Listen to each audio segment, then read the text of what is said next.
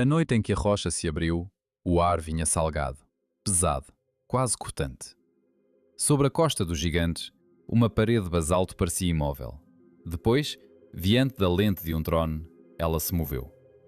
Uma placa negra avançou da encosta como se tivesse sido empurrada por mãos invisíveis. Durou pouco, 11 segundos. E, quando a pedra voltou a fechar, não ficou uma fresta, nem uma marca. Nada. Foi nesse instante que a velha história deixou de soar como lenda. Porque, segundo os que estavam ali, alguém também viu uma figura desaparecer naquele mesmo ponto da falésia. Não caiu, não escorregou, desapareceu. E isso transformou um trecho famoso da costa da Irlanda do Norte em algo muito mais sombrio. Imagina a cena com clareza. A falésia ao fundo, o mar batendo lá embaixo, o vento puxando a roupa dos turistas e, no meio de tudo isso, a pedra se abrindo como uma porta escondida.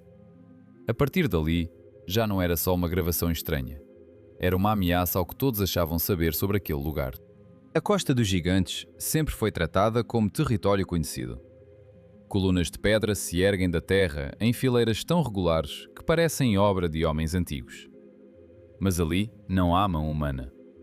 Há lava resfriada, endurecida com o tempo, formando dezenas de milhares de pilares encaixados como se fossem feitos sob medida. Bonitos, precisos e, por isso mesmo, enganadores. Durante anos, geólogos vasculharam aquele trecho sem encontrar nada além de basalto compacto. Nenhuma cavidade, nenhum vazio, nenhum corredor escondido. Só rocha fechada, só silêncio. Até que um homem qualquer, um eletricista de Dublin chamado Kieran Doyle, resolveu filmar a costa com seu drone. Ele não procurava mistério, procurava imagens. Coisas simples: o mar, as falésias, a força da paisagem. Era uma rotina comum. Um voo, uma gravação, um vídeo para publicar depois. E foi justamente aí que o incomum entrou pela fresta. Ao rever o material em casa, Kieran percebeu um movimento que não combinava com o desabamento. Nem com sombra, nem com falha de edição. A pedra parecia avançar. As sombras mudavam junto. Ele voltou a assistir. E depois, outra vez. O mesmo movimento. Lento, controlado, real. Então ele publicou. A reação foi imediata. O vídeo se espalhou com velocidade brutal. Uns chamaram de fraude. Outros falaram em ilusão de luz. Mas havia algo naquelas imagens que não deixava ninguém em paz. Porque a rocha não parecia tremer. Ela parecia obedecer. E isso muda tudo. Entre os primeiros a analisar a gravação estava a doutora Sarah Brennan, geóloga acostumada a lidar com formações vulcânicas da região. Ela conhecia aquele solo melhor do que a maioria das pessoas conhece o próprio quintal. Viu o vídeo uma vez, depois de novo, e mais uma, até entender que havia duas possibilidades. Ou alguém fabricara a cena com um nível absurdo de precisão, ou alguma coisa muito séria estava escondida dentro da falésia. No dia seguinte, ela já estava no local. Olhe para essa imagem na sua cabeça. A especialista diante da pedra cinzenta, o vento duro, o equipamento montado no chão. E atrás dela, uma paisagem que sempre pareceu antiga demais para guardar segredos. Foi ali que a história entrou em outra fase. A Costa dos Gigantes nasceu há cerca de 60 milhões de anos, quando a lava esfriou depressa demais. O resultado foi aquela floresta de colunas diagonais que virou cartão postal. 40 mil pilares, mais ou menos, comprimidos lado a lado. Parece desenho humano, mas é apenas pedra se organizando sob pressão. E, no entanto, o radar mudou o cenário. Quando Sarah acionou o equipamento, a tela revelou um vazio dentro do que deveria ser maciço. Não era rachadura, não era erosão. Era uma câmara escondida, profunda o bastante para ferir toda a explicação oficial. Um espaço fechado dentro do basalto. Impossível, segundo o que se sabia. Mas o pior não foi a câmara, foi o que havia nela. Dentro daquele vazio, apareciam 7 formas verticais, altas, delgadas, regulares. todas voltadas para o mesmo ponto. Todas apontadas para onde a pedra se abria por 11 segundos. Pareciam guardas, pareciam marcos, pareciam esperar por algo. Respire fundo e veja isso com os olhos fechados. 7 silhuetas imóveis, enterradas na rocha, alinhadas como sentinelas de um templo esquecido. A cena não tinha a aparência de um acidente geológico. Tinha a aparência de uma intenção. Porque basalto não faz isso por acaso. Quando a lava endurece, ela aprisiona o que estiver lá dentro. Mas nada vivo deveria resistir àquele calor. Nada feito de carne. Nada conhecido por mãos humanas. E ainda assim, as imagens sugeriam o contrário. Foi então que outro especialista chegou. O Dr. Ian Gallagher trouxe uma leitura mais detalhada, e o que apareceu deixou todos ainda mais calados. As estruturas não eram blocos sólidos, eram ocas, cascas finas, como recipientes, como cápsulas, ou como algo que um dia serviu para abrigar alguma coisa. A matéria também não batia com nada reconhecido, nem rocha, nem metal, nem material orgânico, sem encaixe, sem nome, sem etiqueta, e sem marcas de queima, pressão ou esmagamento. Como se tivesse passado intacta por um inferno de pedra. Em 2 dias, o caso saiu das mãos dos pesquisadores. Órgãos do governo entraram em cena. A versão pública foi seca e elegante. Ilusão de luz, nada anormal. Um mal-entendido causado pelo litoral. Mas dentro do círculo técnico, o clima era outro. Alguém estava muito nervoso. Sarah se recusou a assinar o relatório oficial.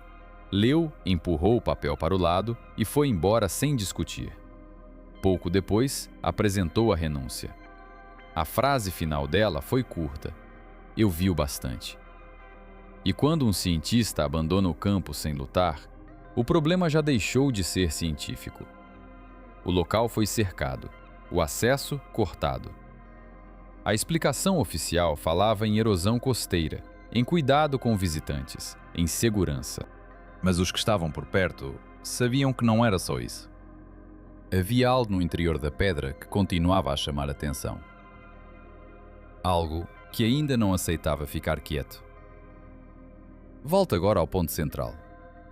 Uma falésia considerada sólida. Uma porta que se abre sozinha. 7 figuras presas dentro do basalto. E uma delas, de repente, desaparece. Sim, uma desapareceu. Na nova leitura, a câmara já não mostrava 7. Mostrava 6. Nenhuma vibração externa. Nenhuma escavação. Nenhum sinal de intervenção. E as câmaras de Kiran que haviam filmado tudo do lado de fora não registraram abertura, tremor, vento estranho, nem falha de imagem. Só pedra. Só mar. Só aquele movimento impossível acontecendo diante de ninguém. E, ao mesmo tempo, diante de todos. Pare por um segundo e imagine a encosta agora. A pedra fechada. O vento correndo por cima dela. E, no interior escuro, uma presença faltando onde antes havia outra. O tipo de detalhe que faz homens experientes ficarem em silêncio. Porque a grande pergunta nunca foi se a porta existiu. Foi outra. Se algo entrou ali ou se algo saiu. A porta já não se mexia. Mesmo assim, dentro da câmara selada, uma das 7 figuras simplesmente desapareceu. Nem fragmentos, nem poeira, nem uma marca na rocha. As outras 6 permaneceram imóveis por um instante longo demais, ainda voltadas para a porta de pedra. Então vieram os dados térmicos, e foi aí que o silêncio começou a ficar pesado.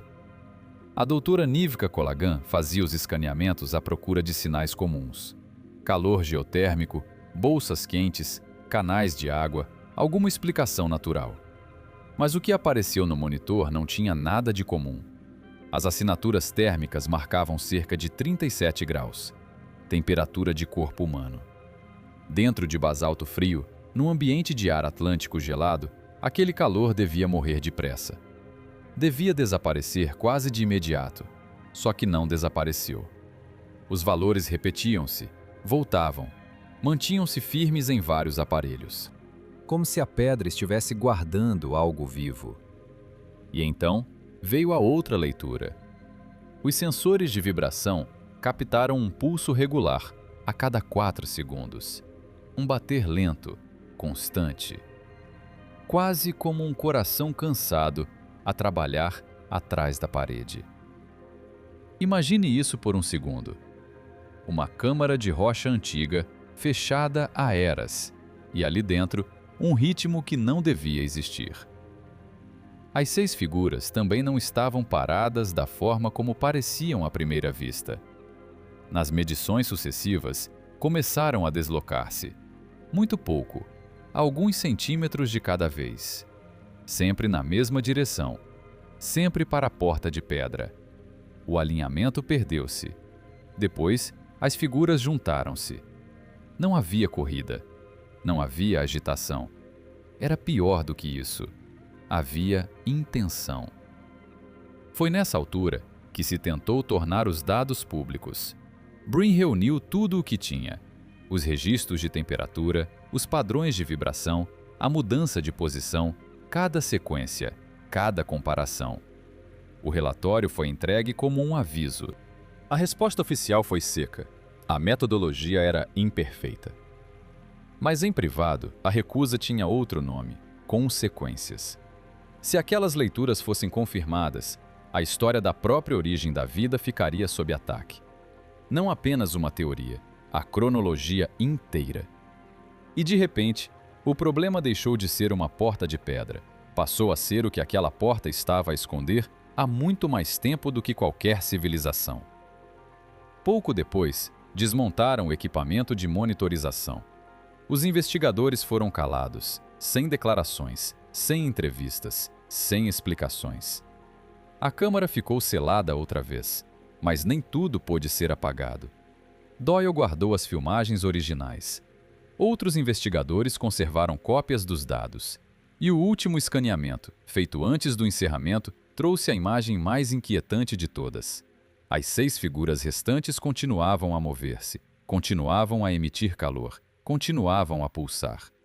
A mais próxima da porta já estava a poucos metros dela. Pense nisso com cuidado. Não era mais uma questão sobre o que havia lá dentro. Era sobre o que tinha saída.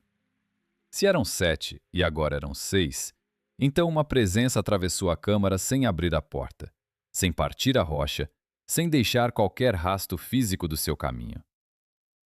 Isso estreita o campo de possibilidades até um ponto muito desconfortável. Algo passou, ou foi conduzido, ou encontrou uma passagem que ninguém deveria conhecer. E, acima de tudo, o lugar continua ali. Todos os anos, mais de 1 milhão de turistas passam por cima daquela câmara. Para eles, é apenas uma maravilha geológica, um recorte impressionante de basalto, moldado por forças vulcânicas milhões de anos atrás. Um cenário bonito, seguro, fotografado de todos os ângulos. Mas por baixo dos passos deles, segundo os registros mantidos longe do público, ainda pode haver movimento. Uma coisa que existe há mais tempo do que a memória humana.